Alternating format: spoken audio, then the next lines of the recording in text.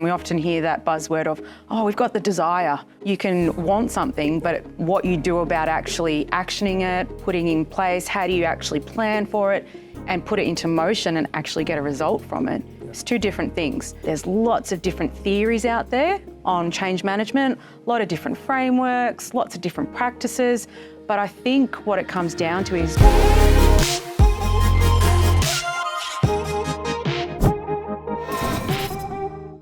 Today we've got a really exciting topic. This one is really close to my heart as one of the leaders at SMC. We're talking about people and business readiness and change as part of a journey and transformation. And the reason it's really important is this topic has the tendency to impact cost, quality, and how the organization feels and goes through the journey.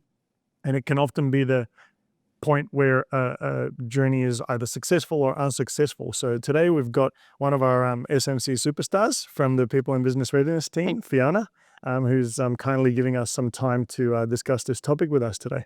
Fiona, I read an interesting stat the other day about change in digital transformation. And we speak about it, it feels like on a daily basis with leaders.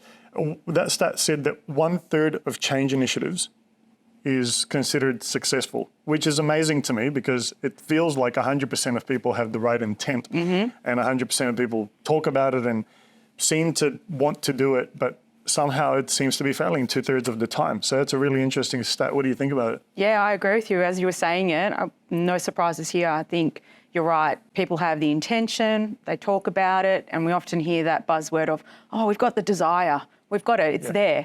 It only takes you so far. You can want something, but what you do about actually actioning it, putting in place, how do you actually plan for it and put it into motion and actually get a result from it? It's two different things. So often you do find there's lots of different theories out there on change management, a lot of different frameworks, lots of different practices.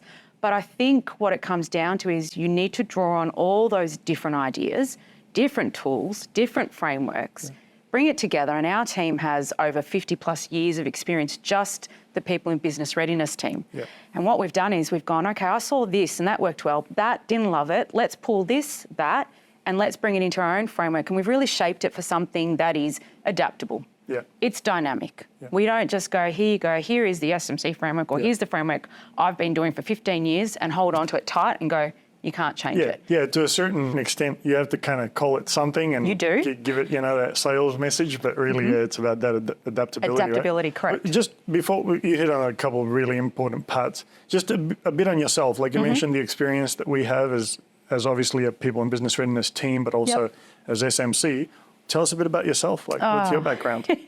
How long do you have? No, I'm kidding. I come from a education background, so was a senior VCE English and history teacher for 16 years, and just found during my career, I was leading the Bring Your Own Device iPad program at a private school, and went, I've never done this, and so I was learning about how technology can actually be beneficial in the classroom, but I had to train my staff, had to get the parents on board, had to dispel all this resistance. And so that was a real eye-opener. And I went, I like this. And then as my career went on, I was vice principal in an international school in China, in Beijing. And I had to teach those parents about the cultural ways of Australian education and introduce them to parent-teacher interviews. So there was all these experiences where I'm like, okay, there's something here that I like.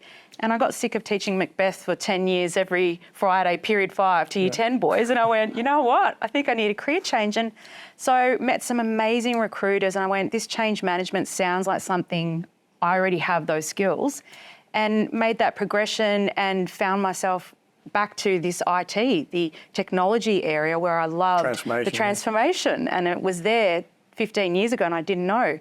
And I think that's background has really set me up with the right skill set, but as someone in change and who loves learning, you never stop learning. So I've certainly, my toolkit's not done, and I'm always learning something, and that was one of the motives to move to SMC for me, because I wanted to be part of a change team, because traditionally change managers out there seem to operate on their own, and it's a solo thing, and I think it's a disservice to organisations and clients because you can draw so much on the experience of others in a team. And that's why I've I've been nearly 3 years now at SMC and enjoying that element, that Yeah, collaboration. we're a very diverse team in terms of experience. Absolutely. Well, I mean, I work with the whole team really closely. You do work with us. Yeah, obviously. I notice it. It's very different, and all the different ideas and approaches that people have, and it's kind of all built in, and it's what makes the difference, right? And we haven't all just come from a single industry either. Like the projects and clients that we've worked for before SMC is a valuable tool. You can just message the team members going, listen, I've got this client, have you got, I saw this happen 10 years ago, this is what I did, and look out for that. Thank you so much. Yeah. It's a really good point, because most of the clients that we work with, they all have the same kind of thing, right? Correct. Most of the people Everyone thinks they're special somewhere. and different, but they're not. No, I'm kidding. Yeah, there's a uniqueness in every client, but you run into themes. That's right. Common themes. Yeah. Especially when you're doing implementation, transformation projects, there are themes, definitely. And you alluded to it earlier. We spoke about change management, that kind of stuff. We obviously call it something different. We do. And there's a reason for that. You mentioned the practicality and pragmatism of it. Yeah. But people in business readiness, explain why we call it that. How did that come about? Yeah, how did that come about, and what, just for our audience so they can understand. Well, our team, we had the time, we sat down and we said, what is one of those really big barriers that we find when we're out there trying to educate or trying to get an organisation or clients to understand change management? And we sort of paused and went, it's the terminology, change management. Now, whether it's oversaturated, it's been misunderstood. Some people view it as, it's the steak knives. We'll just throw that in and nominally put it there and go, we've done change management, and here's your little framework. I filled out a thank you.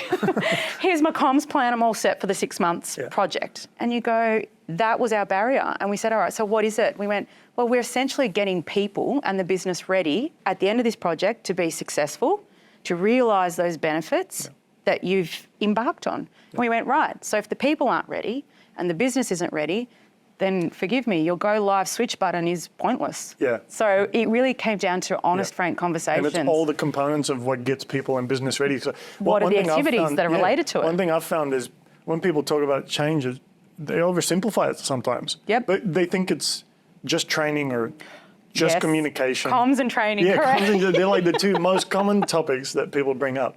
And they are important. They are, but they're not standalones. Yeah. And the only thing, there are so many other activities that your communication, well, it's about what are you communicating, when are you communicating it, which mouthpiece are you using. Now, forgive me, I don't know if I could plan in a 6-month Excel spreadsheet my communication for the next 6 months. How? Exactly. Things are changing all the time. And there's about 15 or 20 things that go into an effective communication approach. That's right. In my household, I'm not the most effective sometimes because I'm the loudest. So we'll get the husband to do it. We've got to be able to shift and move. Yeah, I think change management got stuck in that rut where we've got to validate ourselves. So here are all our templates and we'll fill it out for you. There's the deliverable. I have found that before. Yeah. It's approached in a similar way to how project management is approached. Thank you. And that's not necessarily the right way or the most effective way, most constructive way to look at it, because while that is very template driven, there is also to project management, it's not that simple, but it's more template driven, and that's, if people apply that lens to change management. It's where we start to become undone and you lose the authenticity of good change management, getting the people and the business ready. And that is still something that project management and change management are still working on together. I'm currently in projects where, your PM needs those project schedules. There's your column for the start date and the end date. Yep. And it's not a confrontational discussion, but it's about an education piece going, this piece of work, whilst I've started it here, it's a work in progress for the next 6 months. Yep. I can't give you a training plan when you're still doing functional workshops. How? Yeah. But it's on the project plan. So everyone needs to come to the party and understand there's a suitable place for that project schedule with start dates and end dates, correct? This part of it, we need flexibility and you need to understand the reason behind it. I can't just say to you, I'm not doing that. You'll get my deliverable. Exactly, you've got to adapt to it. Yep. And I know our teams, project management and change, we're really one team. We are. And we've really worked out a really good way of working as a team to provide the client and the project with the right kind of advice. It's giving those projects the best chance for success. Yeah. A team that actually works together, understands each team members' objectives and what they need to do. Yeah. It's that breakdown where you have very traditional swim lanes and no one's talking to each other and no one wants to adapt. Yeah. That's where the problems start, Yeah. in my opinion. No, that's fair. Fair enough. I agree. Just with you alluded to it before and you spoke about it a little bit, but what do you think are the aspects of the way that SMC approach it that gives our clients? Because that's usually the best way to talk about it, right? Is our experience, obviously, from Currently, my experience right now is where I am. Yeah, and, exactly. What do you think our clients at SMC experience and what gets them success by the way that we do it? What do you think are some of the key aspects there? I think some of the key aspects, and there's a few, but I think the main ones are really under that umbrella of people readiness. It's bringing people on that journey. And again, that sounds very cliche. Going, of course, we're taking them on the journey. We told them we spent all this money on this new platform. In 6 months, you're going to get it. Yeah. You're welcome. The shiny brand new toy's here. That's not the journey. Yeah. The journey is understanding from the start, well, why do we need something new, right? And then you can say, well, it's going to improve the efficiency of our organisation. But what about on the ground level for those individuals? So I find that people tend to think, well, we've communicated that this is going to be beneficial for everyone at the organisation. It's going to be great. But you need to start to go granular because human beings are not selfish, but we're a bit self-centred. I want to know what's in it for me. Yeah. What is it going to look like for me, that change? Yeah. So when someone says, you know, this finance system we're putting in, we're going to automate all of this, you have to understand when someone goes off on their own, they think, automation, that's taking me, that job takes me 2 days to do. Now it's going to be automated. I'm going to be out of a job. Yeah. Now, as neurotic as that might sound and unreasonable, that is a real human feeling and emotion. Yeah. So we need to break that down, going where we're automating here to make things easier for you, we're going to show you that you can spend more time there. Yeah. When it's a paradigm shift. Correct. You're shifting paradigms. And if you are not doing that, that's what I'd mean by taking someone on the journey. Yeah, that's then right. make them part of it. How would you like to see this work? Is this business process with that part of the technology, is that going to work for you? No? All right, well, let's brainstorm. What else would it... Because in theory, on paper, with your vendors, and you can understand what the platform is capable of, but how is that going to match with the people and what they're comfortable with? And yes, change, there is discomfort in terms of it's going to be something new, but if you're aware of it and you're preparing for it and you know what's coming and you've had all the training and you've had 6 months of being in that space, that journey, that go live should not be a surprise to you. Yeah, you know exactly what's right. coming. Yeah. Now, And things don't always go right. That's fine. Yeah, that's right. Yeah, you have to adapt. You have to adapt. As you go. Yeah. Yeah, it is a bit. You need to be very flexible as it pertains to people, right? Yeah. But what's really important is you mentioned it before. It's the team has to have experience. You have to work as a team. Yep. And you have to have certain foundational aspects. Correct. So maybe a little bit more about that, the team's experience and the frameworks that we have and, the building of the expertise and following that process. Yeah, and that really, there's a few factors in there that really contributes to that building expertise in the business. So our client, we don't want to just come in like the rodeo, give you all these frameworks, show you how to use the template, wham, bam, thank you, ma'am, it's all good. And then you've forgotten it all or you weren't part of actually developing. Yeah. So at SMC, our change team really fundamentally believe in co-development. I would never advise anyone to bring on a change manager and be the sole person running that show and lead it completely and do everything. You have to uplift everyone in the organisation. You want to develop that skill set, and that skill set is about activating people in that organisation in a leadership role. So we throw that term change champions around. That's just so for the project life of 6 months, and it's a side role. We actually want change leaders, which means they take on that skill, they learn that skill, and they learn it side by side with a change person, if someone from our PBR team, and we coach and mentor and advise how to do that. And I dare anyone to say that that skill then is not going to be used once we're gone and the project's done. It's that is a lifelong skill. Yeah, you're embedding it. Embedding it in your organisation. Practice, That's right. And it's applicable across other things that they might be doing in the organisation as well, right? So yeah, and they've got the frameworks too to use right. and the templates that once we're gone, you've learned how to use it because you co-developed it with me. I've explained to you why it's important. You've now done it side by side with me. So once we leave and you have another mini project, go. You've got everything you need and you've seen it. And you have faith and trust in a process because you participated in it. You didn't sit back and have it delivered to you. Yeah, and you believe in it. That's right. That's the other really important thing is that I think it's it's not quite the same as teaching someone this is what you need to read and this is what you need to focus Correct. on, and you need to kind of accept it. Yep. You're They're not an empty accepting vessel. it through You immersion. can't. Yes, right? that's right. So Yep. it's, kind of brings them along the journey and they uplift their capability. And that's the journey. That's Yeah. right. You've got to be immersed in it and you've got to be in it. You can't just sit back and be the passenger in a car. Yeah. You know, when someone's telling you to get somewhere and you've gone there so many times, but you've been the passenger, the first time you drive, you go, oh God, I can't remember now but you've been there 20 times. Yeah. It's not until you're in the driver's seat with someone guiding you, you go, oh yeah, I can do this. I know where to go now. Yeah, that's right. So it's also, as you mentioned earlier, it's kind of like a continuous journey. So you're improving continuously and you're kind of embedding new practices in the organization, right? And that's really important. That continuous improvement is also, I think, such an important factor. But I think when we mention it, people just go, I'm not sure exactly what that looks like. Like, you get the concept. Yeah. Continuously improve. So what we say is, here's a suggestion. With your People Business Readiness Network, we create a network at a client's business where we go, these are key people who are going to help us on this journey, okay? No, not journey, the journey. Yeah. Those people, we encourage them to own a process, all right? So Mile, you might own the process of the manufacturing and, someone else might own the process of, the accounts payable. If you're owning that process, after go live, get that team back together. You're the owner of the process. In 3 months' time, post go live, bring them together, assess it. How's it gone? Is it actually better that way, or do you think we should tweak it? Because now you've actually got a comfort with the platform. It's not this new thing anymore. Yeah. You've spent 6 months in an implementation. You've been using it go live for 3, so you've got 9 months up your sleeve of knowing it. You actually can get a feel for what, maybe we should improve that. Maybe we don't need to do that anymore. Yeah. That is continuous improvement. Yeah. Always, never sit back and be static. You need to be dynamic, always assess, get feedback from those people.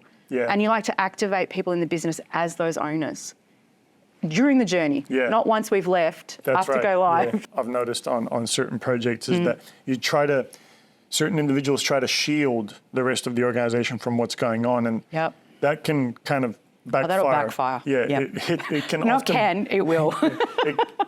It backfires in a very negative way because it's kind of like the more you leave it not communicated, the more chance there is for, Well, you're not prepared. Remember I said no surprises? You should know. Yeah. And if you are not sharing that, there's a whole group of people in your organisation that, you sent out one comms going, oh, it's coming. That doesn't count of knowing that's just been told something. Yeah. So Fiona, you were mentioning that it's really a network of leaders, and you called them change leaders. I find that quite fascinating because it's not necessarily that you're talking about just the leaders of an organisation, just the sort of senior leadership or executive leadership. Yep. Really, when you're talking about change leaders, you're talking about anyone who's involved in the change. So who are some of those groups of people that are involved, and who are the groups of people that are involved? And maybe speak about each of them. Yeah, and look, your executives, your CEOs, that group up there, they are a group. They are the ones who have, said we need to do this, and The sponsors. They're the sponsors. Yeah. They're wanting to do this implementation project, so they're very key, and they actually play a really big role. So there's your sponsors, you've got your people managers, and then you've got your sort of technical functional people.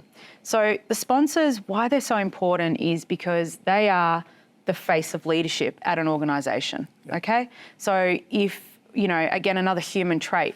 We are led by example and we respect our leaders, okay? It's much like the family home. You've got to respect mum and dad, and then you've got your elder sibling. And I know it's challenging, but there is a bit of a... It can be, yeah. It can be very challenging. But that is a natural way that we live our lives. Yeah. So our sponsors up the top really, sometimes it can be the CEO.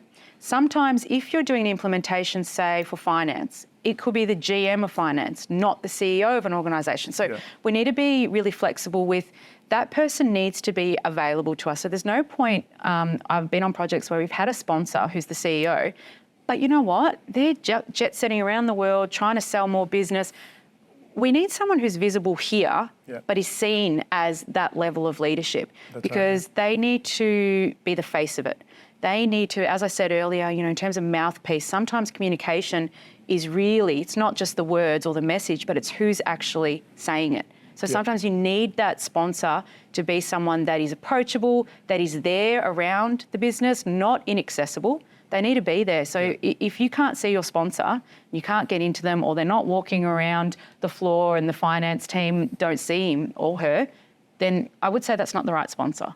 Okay, so that role is really important. And the sponsor needs to support the other people that I'm about to talk to you about who are critical in a project. Yeah. And when I mean support, I don't mean a pat on the back going, how's the project going, mate? Yeah, good, all right, see you at the, the steerco next week. No, that's not enough. Yeah. What I mean is unblock those road stops or any hurdles that are preventing you from working on this project. You need to be that person that is up the front saying, we're prioritising this implementation. So that means I need to acknowledge that we've got business as usual, but I need to make some time and room for the people on the project to focus on it. Yeah. So unblock those things and make sure you do that organically and wholesomely, not just, you're not going to turn up to that exec meeting next week, like, but you've given me this project and then you also want me to do all this. Yeah. Come on, you've got to show that you are prioritising. That's right, yeah. Yep. Yeah, I can tell you my own experience with this, being a sponsor on a certain project, it's really hard to get it right all the time. Yeah. Yes. And so there's different levels of leadership as well. What's really important is that your actions match the words.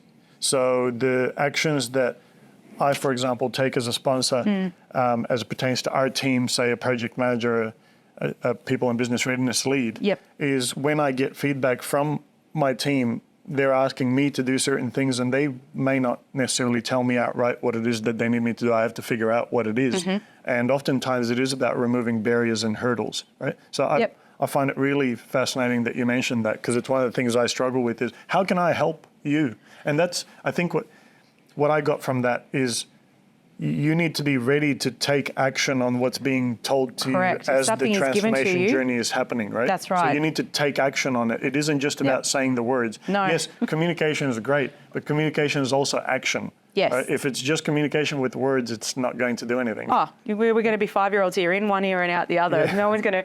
And the thing with that is you are in that leadership area of being a sponsor. And you're right. I probably won't necessarily come to you as my people and business readiness lead and tell you certain things. Yeah. But what you've done is you've got a people manager that I do have a relationship with and that I feel that I can trust to go with those things, because I know that that person, that manager, does have a line of communication with you, or she's actually empowered to help me with what I've come to her with. Yeah, that's the other right. key thing. This critical group in the middle. So you've got your sponsors, and then you've got your people managers here in the middle, and then you've got your functional sort of process techie people that, you know, really on the ground.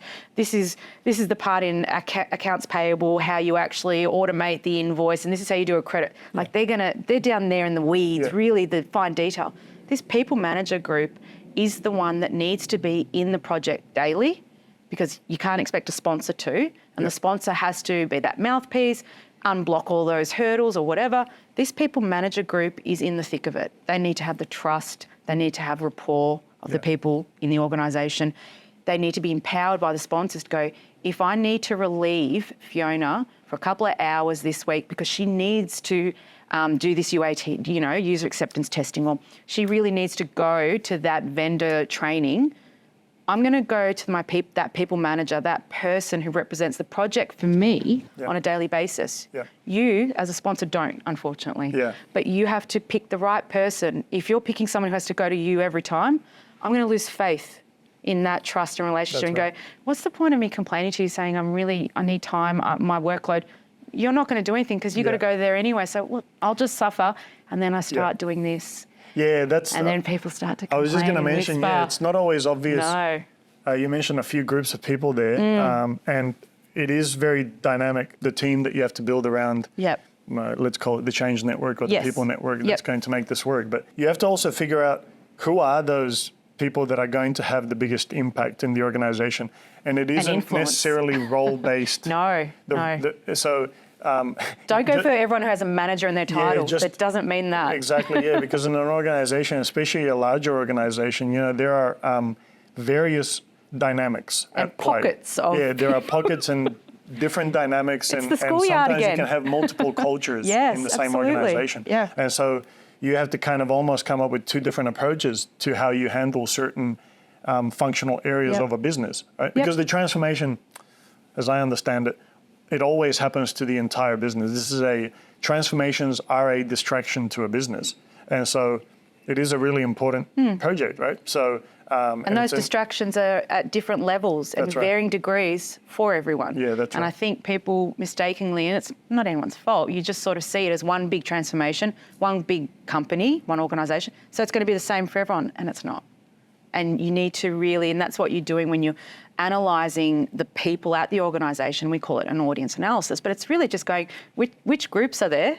Who are these cliques? Who's actually influential over there? Honestly, it feels like you're back at school. You're just trying to figure out which group is who. Who do I need to tap on the shoulder to get all of them to like this? That's right. Yeah. And that is a real skill. And you bring in a change manager or a people business readiness person like myself. Yeah, I can guide you and I can talk to you about this and really advise on it. But at the end of the day, you really need people in the organisation to help pick out those groups. I don't know. I've come into your organisation. Yeah. Your own people are the best resource to pick that out and to work on the people in the organisation, not me. That's right, yeah. I think it's most effective when it comes from within the organisation, but with complete support. Yeah, I guess, that's part of the thing that we do with our experience, right? Is we kind of shine a light, we show the way. That's right. And it's collaborative, we involve the organisation, because these journeys, they're not being done to an organisation, they're being done with the organisation. Right? I like it. Yes.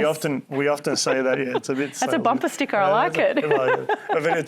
But I often find myself saying that to give an analogy of you're part of this journey, and that's one thing that you mentioned earlier. You said, it's not just about bringing a change manager or a people and business readiness lead. Yes, they can facilitate, lead it. They can enable it. We've got the knowledge, we've got the experience. But the work is actually done with these sponsors and functional and project managers and people managers. That's we need a team of people from within the client to do it. Yeah, that's when it's going to be successful. And it's the only way you're going to, it's the only way you're going to disperse across a wide-ranging, geographical, functional scope. And like you said, culturally too. Culturally as well. Yep. So it's really important. And it's investment. Like I'd really, if you had a client sitting here, I'd say, think of it as an investment, because you don't just drop this out of your brain and go, right, we did that and now forget it all. This is actually you learning to operate in a new way of working, not just from the implementation, but with yourself, the people within the business. Yeah. So, I mean, it's a skill set that you'll keep in your bag and you will use continually. Yeah. Because you've actually been part of building it, co-developing, we collaborated together. So after 6-9 months is what these projects take, it should be something that will then become very natural to you and you'll draw on again because you've also seen it be successful. So now you trust and have faith in this process. That's right. Yeah. It's not just a theory anymore. You've done it. Yeah, well, I mean, just to kind of summarize what we've spoken about, it's interesting because a lot of people approach it in a very sort of theoretical way as it pertains to people in business readiness or change management. And what we've spoken about, what you spoke about is really important, is obviously the experience of the facilitator of the process, the need for a practical set of frameworks and tools, right? Building capability and really essential. Kind of educating and enabling the organization to be able to handle the journey, but also keep something after that journey, and that it is a continuous journey. Yeah, right? some sort of legacy too. Exactly. Yeah. And then that there is, and then as a second point, that it's a wider ranging team of individuals that are helping this journey and helping adopt any of the technologies that you're bringing in, right? Because technology is only one part of it. You're also changing the way that you work. So you're adopting and you want to embed, and you need to use the right people to do that. That's right. Yeah. So, and it's quite interesting to me, and hopefully this comes across to the audience, but it's quite interesting that we haven't spoken really about theories, specific theories, which I think is a mistake whenever you're talking about people in business readiness to talk about a theory or a tool or one activity. It is a wide-ranging component. You're working with basically the entire organization. It needs to be adaptable. It needs to be customized for individuals. And leadership needs to be from both the top and from the middle and from the bottom. Correct. It needs to And be it's not one size fits all. Exactly, yeah. So you need to draw on all of that, and a lot of pieces need to come into play for that puzzle to work. Yeah. But, it's possible. You can get a beautifully built puzzle at the end. That's right. You just recognise that they're all unique pieces that need to come together. That's right. Yeah. Yeah. I often ask this, so hopefully I'm ready. not putting you on the spot. But, what is if you had one message to leave people with, as it pertains to, obviously not open area, it's a people in business readiness. If there's one message you want to leave the Don't audience use with, tomato sauce and spaghetti. I'm Italian. I'll kill you. That's my message. that's actually a good. No, yeah, that's good. Thank you. Thank you. Off camera, we'll speak about that. Right. But with the no, just on people in business readiness. So actually, it might be useful here. It could be. What's one message you'd like to leave the audience with that you want them to take away from this? I think there was a lot said, and I struggled just to sum it up in one message. But I think have the conversations. Start talking about this. I think it cannot hurt to talk about the people in your organisation. What does change look like? How can we get them ready? But you can really do a disservice, and I hate using the word fail, by not having this conversation, not thinking about it, not talking about it. Yeah. I think that's the biggest thing. Start there. Yeah. Oh, that's it. That's a really good message. Fiona, I know you're really busy, especially knowing the regional director here and the projects that you guys have got going on. So thank you so much for taking a couple of hours of your time. You're welcome. I enjoyed it. It was great. And yeah, it was. So no, thanks to the audience. Hopefully you guys found a lot of useful things out of there, and we'll see you on the next one.